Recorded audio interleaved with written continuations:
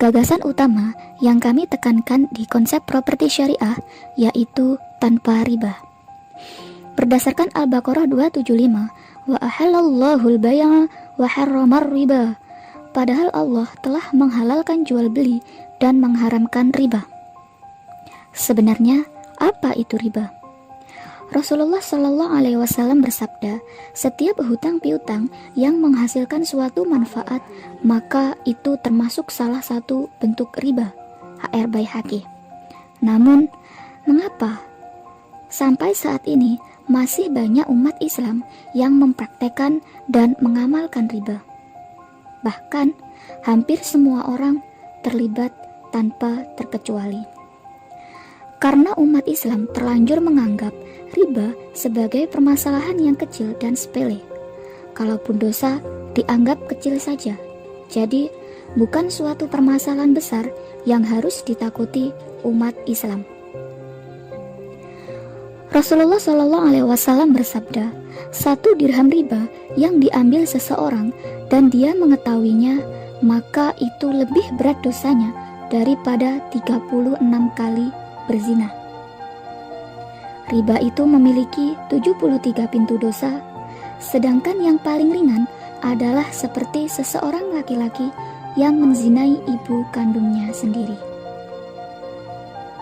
Jadi, zina adalah dosa besar.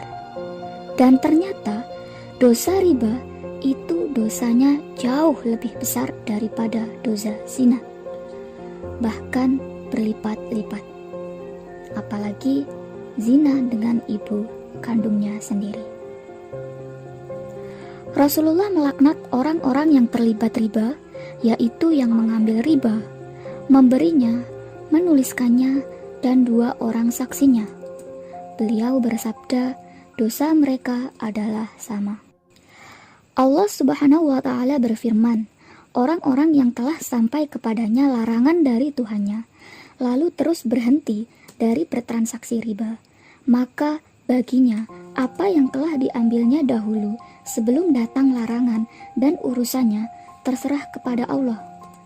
Orang yang mengulangi bertransaksi riba, maka orang itu adalah penghuni-penghuni neraka. Mereka kekal di dalamnya. Al-Baqarah 275. Selanjutnya, bagaimana untuk orang yang tetap mengulangi transaksi riba? Orang yang sudah paham riba, sudah tahu dosa riba, namun tetap mengulangi transaksi riba. Dosanya setara yang diberlakukan seperti kepada orang kafir. Selanjutnya, mengapa kita harus memilih properti syariah? Yang pertama, yaitu properti syariah tanpa KPR bank. Transaksi hanya 2 belah pihak, yaitu developer dan pembeli, secara langsung tanpa menggunakan bank.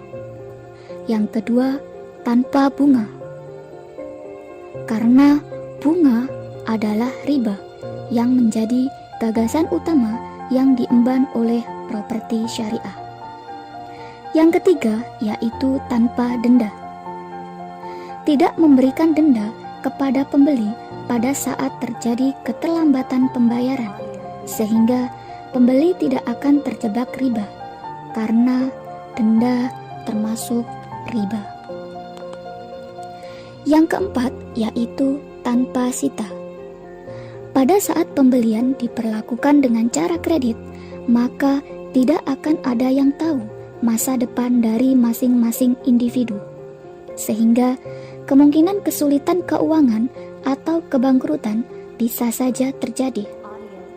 Properti syariah memberikan konsep apabila terjadi kesulitan keuangan, maka tidak akan disita dan diberi waktu diskusi serta menganalisa masalah tersebut untuk dicarikan solusi terbaik bagi kedua belah pihak.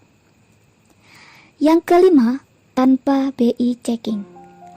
Konsep perumahan konvensional yaitu orang yang memiliki uang tidak bisa membeli rumah karena terkendala di BI checking. Tetapi di properti syariah, semua itu dihapuskan. Jadi, konsepnya adalah pembeli bersedia membeli dan memiliki kemampuan membayar, maka developer menerima dengan baik. Yang keenam yaitu tanpa akad badil. Akad yang digunakan dalam properti syariah harus sesuai rukun akad, yaitu adanya pembeli dan penjual, objek akad, dan pelafalan akad. Yang terakhir yaitu tanpa asuransi. Asuransi mengandung riba, gharar, maisir. Maka perumahan murni syariah tidak menggunakan asuransi dalam skema kepemilikannya. Jadi, Bapak Ibu pilih properti yang mana? Wassalamualaikum warahmatullahi wabarakatuh.